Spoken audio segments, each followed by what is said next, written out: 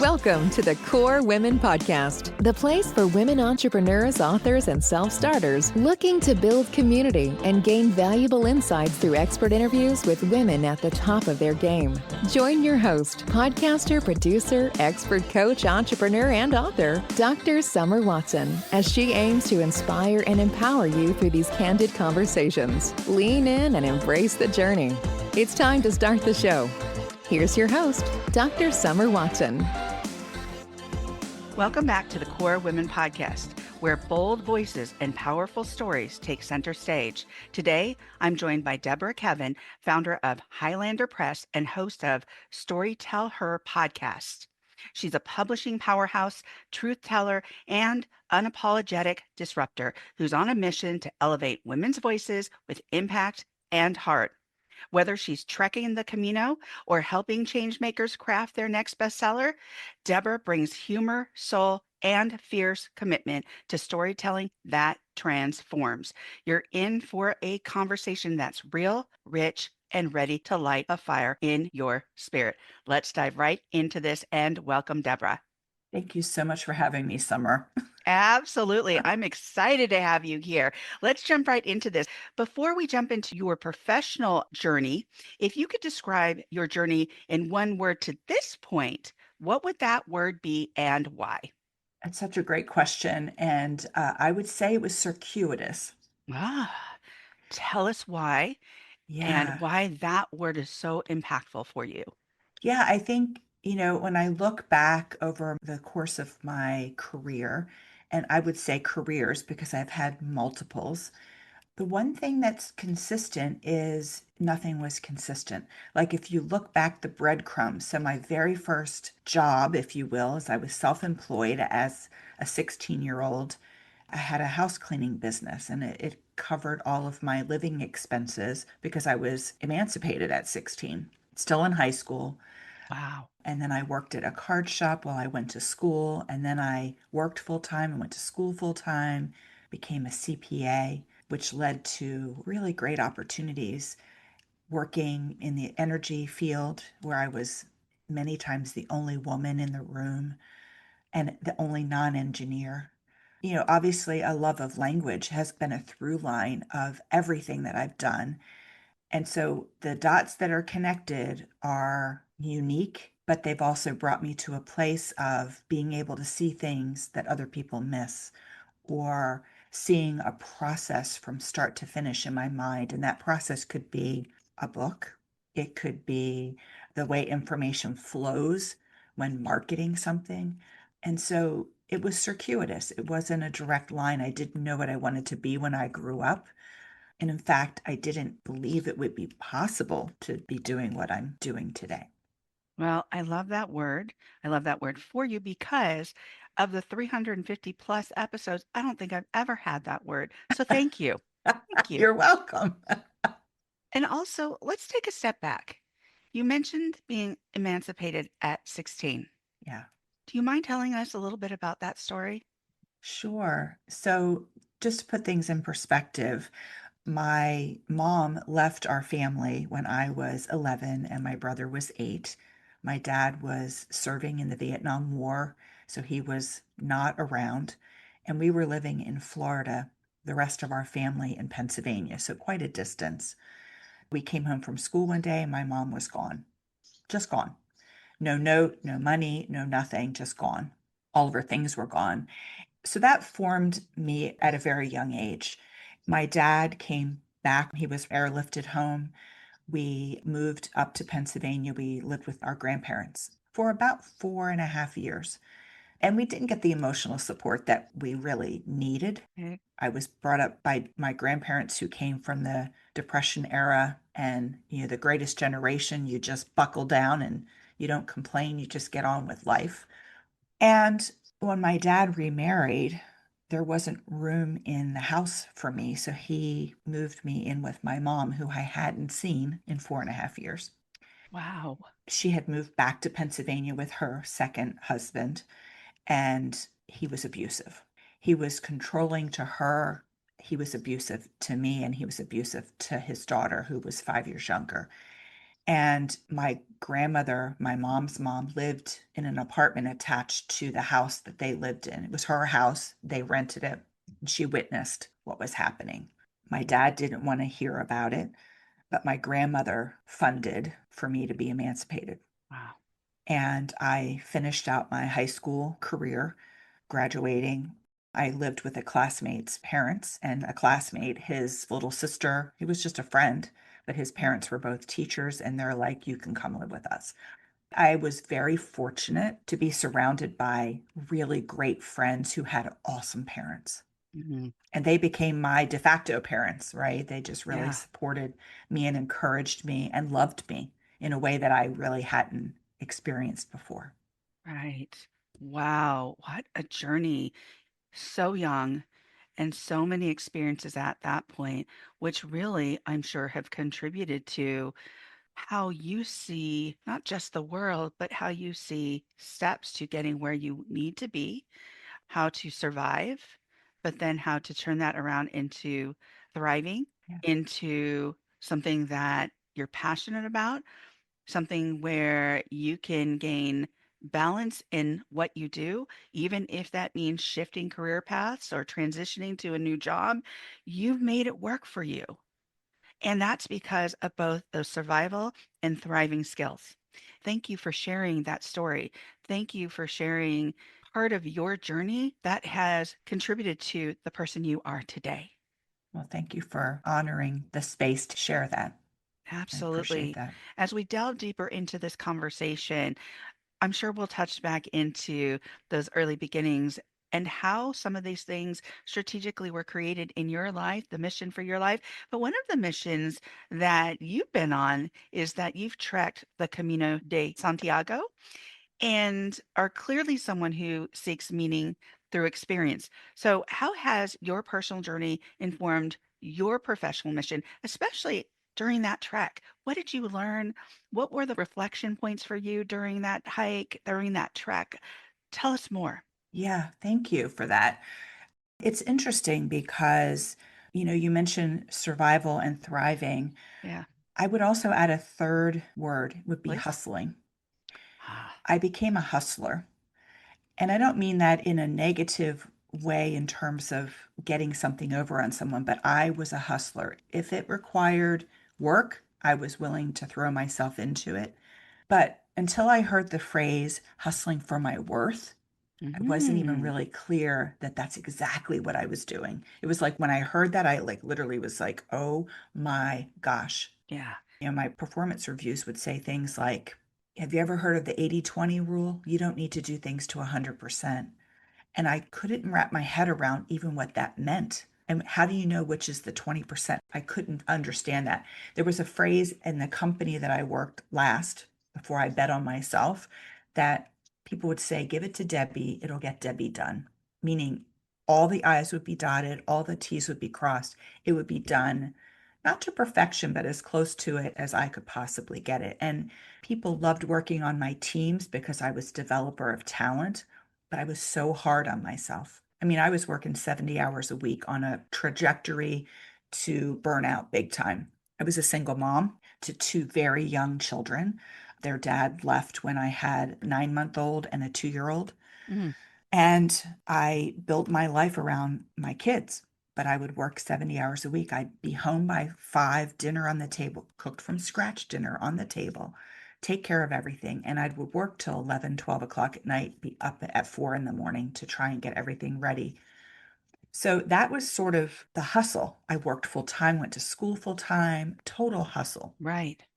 So when the Camino de Santiago came into my awareness as this pilgrimage, I felt viscerally called to do it. I didn't know why.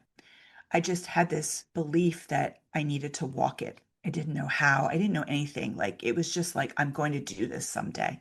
Yeah. And that was about 2013. And I met a woman in the summer of 2016. She sat down next to me at a business meeting and she said, introducing ourselves, I said, what do you do? She goes, I take women walking on the Camino de Santiago. Wow. And I literally looked at her and said, you're shitting me. Right. And by the end of that day, I had booked to walk part of the Camino with her. Wow. And it's interesting, Summer, because I've walked it 3 times. I'm going back again to walk, not Wow. the whole thing, but Right. I've completed it. And I'm Yeah. going back this fall to walk from Santiago to the ocean. And each time that I do it, I learn a little bit more about myself. But I do it in the space of the only thing I need to decide is what am I having for lunch? Yeah. And I remember being on that first Camino, it hit me. I don't have to decide anything for anybody. I don't have to drive anybody anywhere. I don't have to meet anybody's deadline other than at the end of the day, I needed to be to point B after having started at point A. And I was completely under my own volition to Right. do that. I came back from that first leg feeling completely unmoored. I didn't fit in my life. I had too much stuff. I didn't even know how to navigate what that meant or what I was feeling, but I knew things had to change. And it was at that point I'd been doing some inner work, but I doubled down on looking inside. And I had the courage to say, here are the things in my life that keep repeating. What am I not learning? How can I unplug from the things that no longer serve me and learn these things about myself and how I want to be in the world? And every time I go back to walk the next leg, because I've done, actually, this will be my fourth trip. I did a first leg, then I took a month away and walked a bunch of legs. And then the year I turned 60 was my goal. I wanted to be done. I did the last piece into Santiago about 2 weeks before I turned 60. And this year, just before I turn 62, I'm going to do that to the ocean because it just feels like a bow on the top. And I still feel called. So there's something that's Yeah. calling me to Right. unravel all the stuff, all the stories that didn't serve me, that I could let go and leave. Right. Wow. What a journey. What a trek. And I love that you're doing that last leg to the shore. And I want to know what you learn after that part of the trek. So you might have to come back. We might have to have a conversation. Yeah, it's also interesting because what you're saying, I think a lot of people have gone through in their own ways, in that they struggled in this way, or they haven't felt like they belonged, or maybe they were pushed out of the house, or there was no room for them. You went through a lot of these different things. This is not just inspiration, but you've done it. You've showed people how to do it. They can do it too. And you've done your own healing during that process as well. And I love that you found time to make time for yourself. So, Deborah, you've built a whole platform around helping others tell their stories. What inspired the creation of Highlander Press and the Story Tell Her podcast? It was again a circuitous route to this. When I very first started my own business, it was quite by accident. I had some friends locally who were authors, and they're like, you know how to do techie stuff. Can you build us websites? So I built author websites when I very first started. And then I realized I was writing the copy for the websites. I had a crossroads. Do I learn more tech or do I stick with the words? And the words were really what were calling me. So I doubled down on learning copywriting skills and increasing my marketing skills. And during that time, I had someone come to me and say, I self published this book and I'm so embarrassed about it. Mm. It's not done well. Can you help me? I said, I can help you. I can definitely make the inside better. I'm a great editor. I have never published a book before. We were doing Create Space way back in the day, so it was a long time ago. I said, if you're willing to take that risk on me, I'm not going to charge you for my learning, but I'm learning, so understand. And so word of that spread, and more people who had self-published their books came and they're like, can you help me? Can you help me? And at that point, I started working with a numerologist, and she said, you're here to do something global. You're here to do something really big and really transformative. But I hadn't grown into that yet. Honestly, I shrunk. Mm. I'd gotten an advanced degree in creative writing. I've written several novels. I love the written word. And then one day, literally one day, I woke up and I thought, I have a Six Sigma background. I'm an author. I see where there are things that are missing. As people publish their books, they're not doing what they want them to do. So, how can I make a difference there? Yeah. How can I use all these parts of the things that I've learned along the way and create something that is completely different in the publishing world? Mm. So that's how Highlander Press came to be. And I primarily work with women in the press. I do publish a few good men, but it's an energetic connection. And then from that, like you, I'm sure you have been told you have a beautiful voice. I've been told that for years. And I love hearing people's stories. I love hearing women's stories. I think we don't honor our journeys enough. And so that became a passion project and an offshoot of me telling women's stories, helping them publish, helping them create a bigger platform and take up more space in the world. Well, that is awesome. You often talk about disrupting the status quo. What does that look like in the publishing world, especially for women's voices? Ah, such a good question. There are so many ways that we disrupt. Number one is we're partners, we're collaborative partners with authors. So, in the traditional publishing model, basically, you find an agent, you hand it over to them, they seek a publisher for your book, you license it. You have very little agency in how that book is published, what it looks like, when it's coming out, any of that. And even today, with shrinking margins, you may have really flat sales. You may or may not get an advance. So I talk about growing authors. It's great to publish your book, whether it's a novel, whether it's a nonfiction. It's great to publish your book, but just publishing isn't enough. And many of the women that I work with are introverts. And so the idea of actually marketing their books or actually talking about their books or telling people that they're available is where they drop off. And so, really, we have two programs. We have one program and one membership, and those support each other. So, the program, when someone is invited to publish with us, we offer a publishing contract. It's not everybody. They go into a small group where they are learning about the author business. They're understanding what their intellectual property is. They're understanding why a book would be laid out a certain way. They're talking about, what their ideal readers are and what the cover might do to entice them to pick up the book, how to leverage media and the libraries and all of those things, events. And then we publish the book. We actually have a launch party. We're going through one on the day that we're recording this. I'm actually Mm, launching a book today. fantastic. But again, it's a grassroots, ground level, supported by each of our communities that makes it such a powerful day. And then we'll rest for a few days or a week or so. And then the other work begins. And then the other piece of it is a membership for people that have pretty much they've published, whether self-published, traditional published, however, and they want to know how to market their books and they're not quite sure.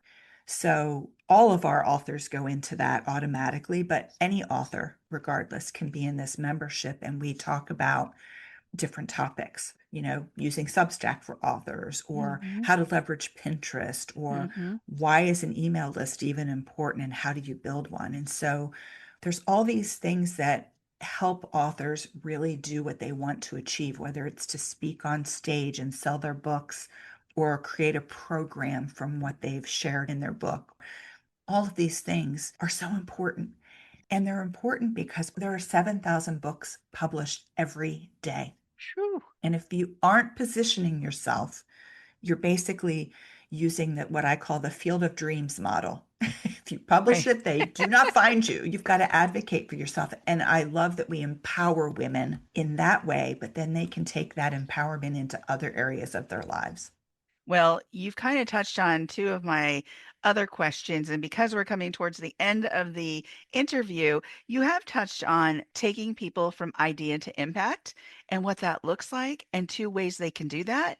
You've also touched on providing a foundation for that safe space to be vulnerable, to be courageous by joining that group, by harnessing that courage to be able to take those steps, as you said, from idea to impact. Because as you also mentioned, it's not like Field of Dreams where you'll build it and they will come. That's not how it happens these days. And you need a strategy. You need Yeah. a strategy to be able to bring them to the table, to pick up that book, to get interested. And so I love that you do that with women to harness their voice, to share their stories, to give them the courage to take it from, as I said, idea to impact. We have covered so much today. We've learned a bit about the beginnings of your journey, Deborah, to what fantastic things you're doing today, such as Highlander Press and STORYTELLHER podcast. So, as we come to the close of the interview, what's one tip you'd offer to someone sitting on a powerful story, unsure if they're ready to tell it? Mm.